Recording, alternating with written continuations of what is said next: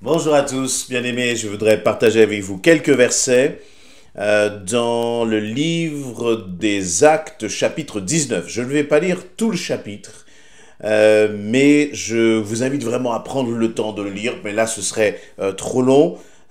C'est le livre qui raconte finalement la naissance de l'église d'Éphèse. Comment Paul s'est rendu justement dans cette ville d'Éphèse et a commencé à évangéliser, à porter l'évangile. Et il nous est dit, et cette ville, ce qu'elle avait de très spécial, c'est que, eh bien, il y avait un culte notamment qui était donné, le culte à une déesse Artémis, qui était donné dans cette ville. Et donc, il y avait des puissances, j'allais dire, des ténèbres démoniaques, et une ville qui était contre tout message de l'évangile. Et à tel point que les hommes vont dire, même au verset 35, donc Acte 19, 35, quel homme au monde ignore que notre cité d'Éphèse est la gardienne du temple de la grande Artémis et de sa statue tombée du ciel, c'est un fait incontestable. Donc, c'est comme si vraiment cette ville était dédiée au culte, un culte diabolique, un culte à cette fausse déesse qui s'appelait Artémis. Mais il y a un homme qui a été dans cette ville, un homme de Dieu. Et cet homme de Dieu s'appelle Paul. Paul a été dans la ville d'Éphèse. Et il a commencé, il nous est dit, par parler à un petit groupe. On peut lire Acte 19, verset 1. Pendant qu'Apollos se trouvait à Corinthe, Paul, après avoir traversé la région montagneuse d'Asie mineure, descendit à Éphèse. Il y rencontra un petit groupe de disciples et il leur demanda « Avez-vous reçu le Saint-Esprit quand vous êtes devenus croyants ?» Ils lui répondirent « Nous n'avons même pas entendu dire qu'il y ait un Saint-Esprit. » « Quel baptême avez-vous donc reçu ?» poursuivit Paul. « Celui de Jean-Baptiste, lui répondirent-ils. « Oui, reprit Paul, Jean baptisait les Israélites en signe d'un profond changement, mais il leur disait aussi de croire en celui qui viendrait après lui, c'est-à-dire en Jésus. Après avoir entendu cela, ils furent baptisés au nom du Seigneur Jésus. Paul leur imposa les mains, le Saint-Esprit descendit sur eux, ils se mirent à parler dans diverses langues et à prophétiser. Il y avait là environ 12 hommes. Bien-aimés, j'avais à cœur de parler d'autre chose sur ce chapitre de Acte 19, mais finalement, en lisant ces quelques versets, je crois que, eh bien, nous allons parler là premièrement, et puis on verra par la suite, mais premièrement de la nécessité, comment dire, du baptême dans le Saint-Esprit. La nécessité pour toi d'expérimenter, de vivre cette expérience du baptême dans le Saint-Esprit. Que nous est-il dit là? Eh bien, Paul va donc aller à Éphèse, dans cette ville d'Éphèse. Je rappelle que dans cette ville d'Éphèse, il y a un climat, j'allais dire, de puissance occulte. Paul va dans cette ville d'Éphèse. Il ne va pas là avec une armée d'hommes, avec une église, avec, j'allais dire, une vingtaine de... Non, il va seul, mais pas si seul que cela. Paul va équipé de la puissance du Saint-Esprit.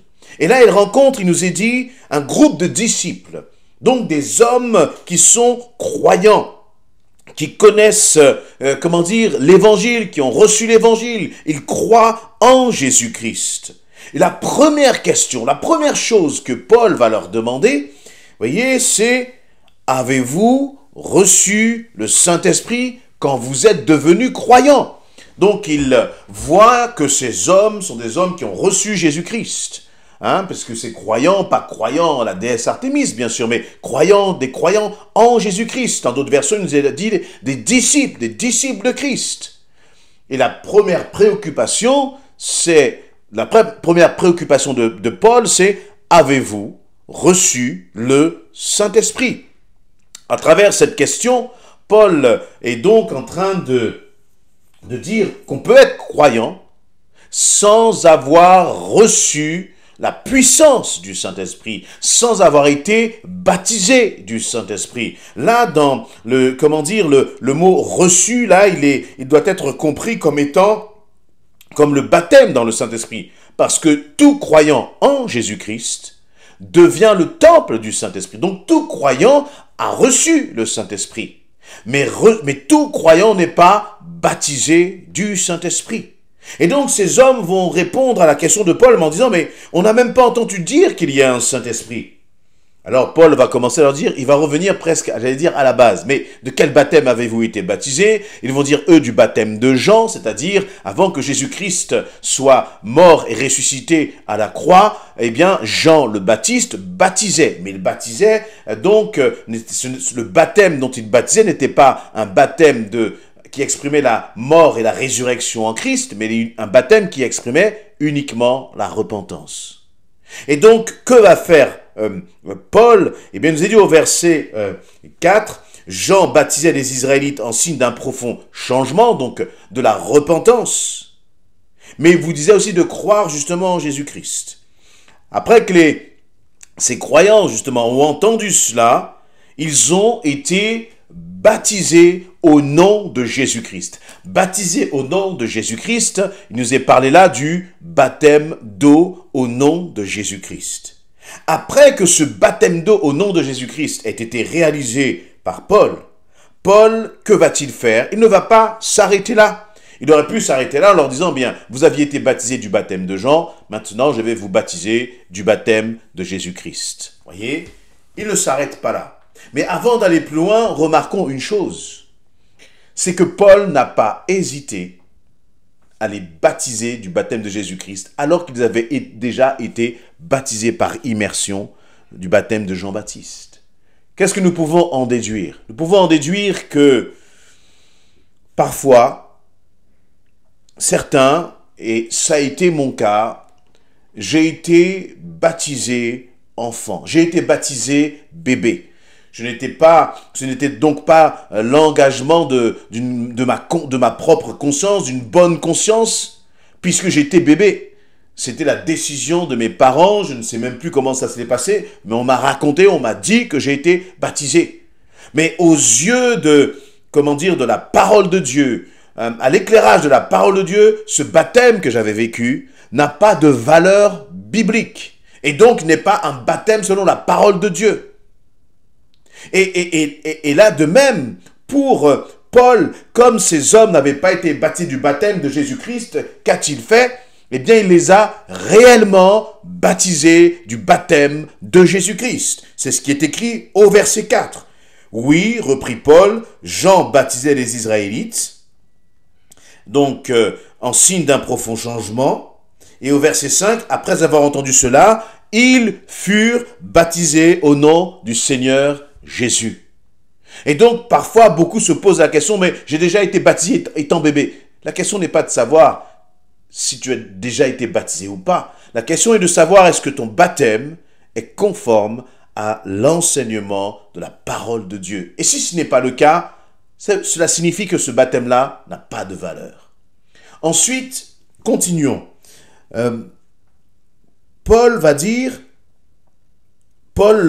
verset 6, Paul leur imposa les mains et le Saint-Esprit descendit sur eux. Et là, on voit bien cette notion de descendre sur eux. Voyez, là, on voit bien qu'on est bien dans la dimension de recevoir le Saint-Esprit, non pas simplement comme être le temple du Saint-Esprit, mais de recevoir le Saint-Esprit comme être plongé, être immergé, être couvert par le Saint-Esprit. Le Saint-Esprit est descendu sur eux. Ils étaient déjà croyants, ils avaient déjà confessé leur désir de donner leur vie à Christ, ils ont été baptisés d'eau, mais ensuite, seulement ensuite, il y a eu donc deux expériences différentes. Deux expériences consécutives et le Saint-Esprit est descendu sur eux. Et cela, bien sûr, nous rappelle le baptême de Jésus-Christ lui-même. Après qu'il ait été plongé dans l'eau, qu'il soit sorti de l'eau, eh bien, le Saint-Esprit est comme descendu sur Jésus sous une forme d'une colombe. Et c'était là le baptême du Saint-Esprit de Jésus. Et ensuite, que s'est-il passé? Eh bien, vous voyez, le Saint-Esprit est descendu sur eux, ils se sont mis à parler dans diverses langues et à prophétiser. Il y avait là 12 hommes.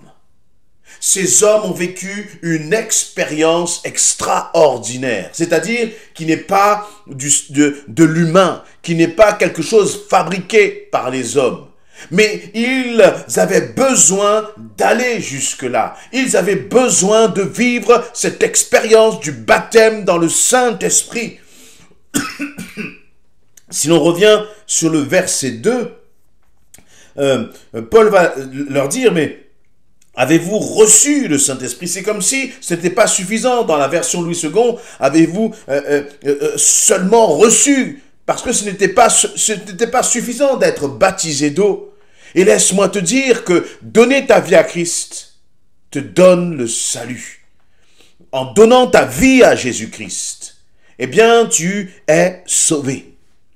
Mais Dieu ne nous appelle pas à nous arrêter à là. Il nous demande, il attend de nous que nous soyons des disciples, des serviteurs efficaces entre ses mains.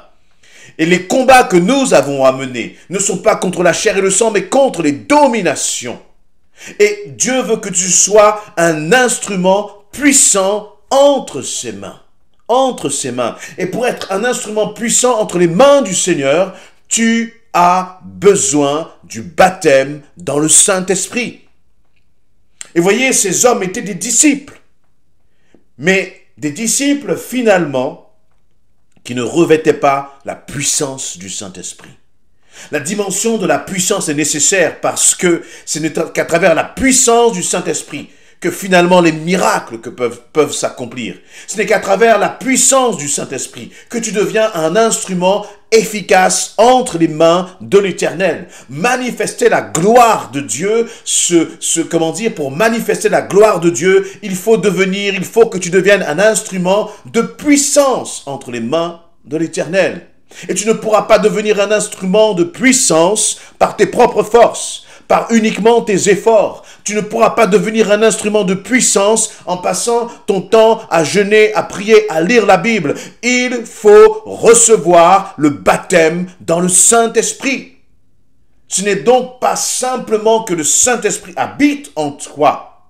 Ce n'est pas simplement que ton corps soit le temple du Saint-Esprit. Parce que ça arrive lorsque tu donnes ta vie à Christ.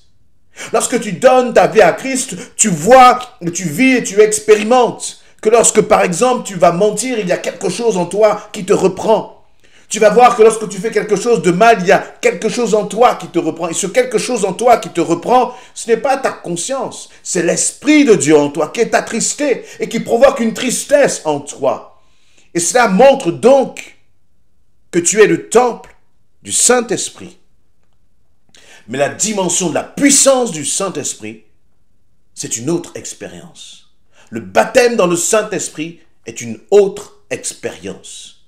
Et c'est une expérience qui est accompagnée de signes. Et le signe là qui nous est donné, c'est de parler en langue. Il parlait diverses langues. Il ne suffit pas d'être dans un bon moment de louange et de frissonner, de ressentir quelque chose à l'intérieur. Ce n'est pas de cela, il ne nous est pas dit là que les disciples ont ressenti quelque chose à l'intérieur. Il ne nous est pas dit là qu'ils ont frissonné, qu'ils ont versé des larmes, qu'ils se sentaient bien. Non, la Bible, elle est précise parce que notre Dieu est un Dieu d'ordre et il parle là d'hommes qui parlaient diverses langues et qui prophétisaient. Mon ami, je veux t'encourager à chercher ardemment le baptême dans le Saint-Esprit, à demander au Seigneur cette puissance d'en haut sur ta vie, afin que toi aussi, tu sois un serviteur, une servante efficace entre les mains de ton Dieu. Et je parle là peut-être aussi à quelqu'un qui a déjà été baptisé du Saint-Esprit. Mais finalement, cette vie de l'Esprit s'est refroidie en toi. Elle s'est comme éteinte en toi. Reviens aux pieds de ton Père. Consacre ta vie à nouveau à Jésus-Christ. Et le Seigneur ne te baptisera pas une deuxième fois, mais il réactivera cette vie de l'esprit en toi, si toi tu le désires. Arrose, arrose, arrose ta vie de l'esprit avec la présence de Dieu en toi, avec une intimité dans le Seigneur. Je parlais du temps de jeûne, je parlais de la prière. Ces choses sont importantes pour arroser la vie de l'esprit en toi. Ne néglige pas cela, mais soyons des instruments de puissance entre les mains de l'Éternel. Et je vous invite à ce que nous puissions continuer cette lecture dans Actes 19 par la suite. Amen.